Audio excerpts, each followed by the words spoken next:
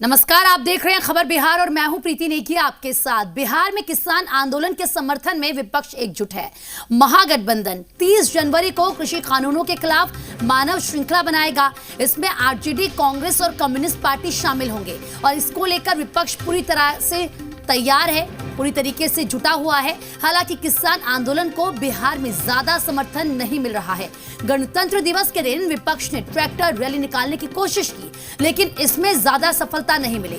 तो वहीं विपक्ष पूरी ताकत से मानव श्रृंखला को सफल बनाने में जुटा हुआ है। बड़ी खबर आपको बता रहे हैं और इसीलिए मानव श्रृंखला यहां पर बनाने की पूरी कोशिश है। किसान आंदोलन के समर्थन में एकजुट विपक्ष होगा। आपको बताएं कि 30 जनवरी को मानव श्रृंखला विपक्ष बनाएगा। ब्रेकिंग न्यूज, किस तरीके से महागठबंधन के सभी दल इसमें शामिल होंगे। कृषि बिल को लेकर केंद्र सरकार और किसान संगठनों के बीच गतिरोध बना हुआ है। लगातार 2 महीनों से ज्यादा वक्त हो गया और किसान जो है अभी दिल्ली की सड़कों पे संघर्ष करते नजर आ रहे हैं। मुझे लगता है केंद्र सरकार ने लचीला रुख अपनाया है। केंद्र सरकार ने कई तरह के आश्वासन देने का भी काम किया है। किसान संगठनों से भी अपील करता हूं कि खुले दिल से आप आएं, सरकार के साथ बातचीत करें, समस्या का निदान करें और मुझे लगता है इस पे तमाम पार्टियों को राजनीति करने से बचना चाहिए। 30 तारीख को अगर राजद ऐसा करने जा रही है तो क्या राजद दिल्ली जैसी हालात क्या बिहार में पैदा करना चाहती है? राजद के लोगों को अपनी दुकान बचानी है। इस तरह के टोटकों से राजनीति नहीं होती है। किसान आंदोलन के नाम पर किसानों को भड़काना और असामाजिक तत्वों का प्रयोग करके एक दुर्भाग्यपूर्ण स्थिति पैदा करना। इनके जो नेता हैं वो सिर्फ अपने समर्थन में और अपने परिवार के समर्थन में ये मानव श्रृंखला लगाएंगे। अब इनके जो अपना समर्थक हैं वो लगाएंगे इसमें। किसान बिल को पहले इनको जानने की जरूरत है, उसके बाद इनको अपनी राजनीति करने की जमीन नहीं मिल रही है, इसलिए ये तरह तरह की मानव श्रृंखला अब लगाएंगे, इस पर राजनीति करेंगे। यही है इनकी फितरत और यही है इनका उद्देश्य राजनीति का। 30 जनवरी को महागठबंधन का जो मानव श्रृंखला होगा किसानों के समर्थन में, उस पर सरकार को यह एहसास हो जाएगा कि व्यापक जन समर्थन इसमें किसानों का है। गांव के पंचायत स्तर पर, खेत खलिहानों में इस मानव श्रृंखला को बनाने की तैयारी महागठबंधन कर रहा है। और जब तक सरकार ये कृषि बिल जो सरकार ने पारित कराया है, ये काला कानून, किसान विरोधी कानून वापस नहीं लेगी, तब तक इस आंदोलन को जारी रखा जाएगा।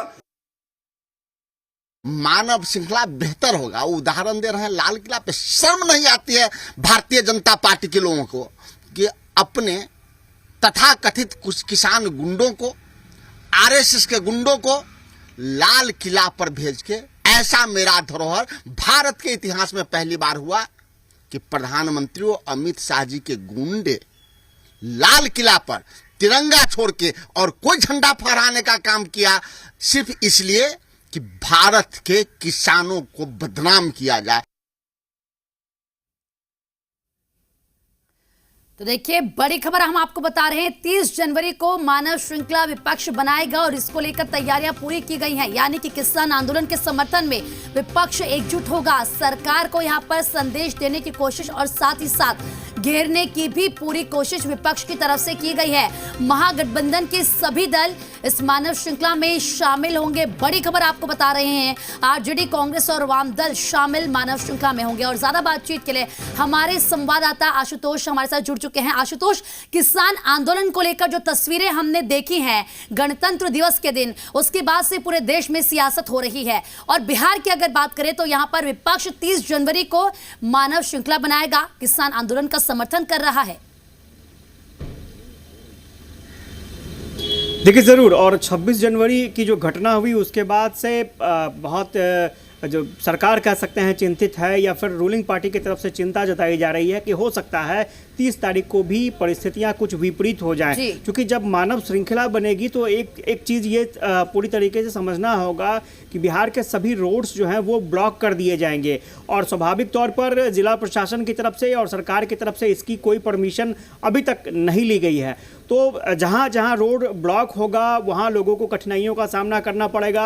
और चूंकि आपको याद होगा कि जब भी सरकार की तरफ से मानव श्रृंखला बनाई जाती रही है, नीतीश कुमार जब मानव श्रृंखला नीतीश कुमार ने बनाया है, तब वहां काफी एहतियात बरता जाता था। जिला प्रशासन से लेकर पुलिस, सभी महकमे के अधिकारी उसमें लगे रहते थे।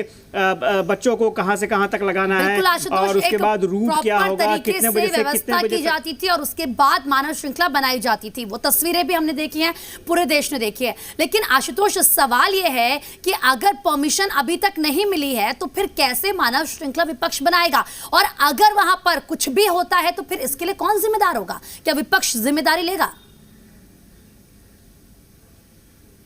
नहीं, विपक्ष कोई जिम्मेदारी लेने के लिए तैयार नहीं है। विपक्ष का साफ तौर पर कहना है कि हमने 30 तारीख की घोषणा का ऐलान कर दिया है, अब इसमें सरकार किस तरह से मदद करती है वो देखना है। अगर सरकार की तरफ से मदद नहीं होगा तो हो सकता है कहीं पर रास्ता रोका जाए या फिर विपरीत परिस्थितियां हो, तो ऐसे में इसके लिए सिर्फ और सिर्फ सरकार जिम्मेवार होगी, विपक्ष का दोष कहीं भी नहीं होगा। लेकिन प्रीति, समझना पड़ेगा, इतने बड़े पैमाने पर अगर आप मानव श्रृंखला बना रहे हैं तो व्यवस्था बहुत जरूरी है। और चूंकि 26 तारीख को जो घटना हुई है उसके बाद सब डरे हुए हैं, सब ये सोच रहे हैं कि कहीं ऐसा ना हो कि मानव श्रृंखला के नाम पर कहीं कुछ इस तरह की अप्रिय घटना कर दी जाए जिस पर फिर से सवाल उठने लगे। तो ऐसे में सवाल उठना लाजमी है कि आखिर विपक्ष किस तरह से मानव श्रृंखला बनाएगा। क्या सरकार के साथ उनकी कोऑर्डिनेशन हो पाई है? क्या जिला प्रशासन के साथ उनकी कोऑर्डिनेशन हो पाई है? ये एक बड़ा सवाल है। और सुशील मोदी ने खास तौर पर ये कहा है कि विपक्ष के नेताओं को 26 तारीख की जो घटना हुई है उसको देखते हुए अविलंब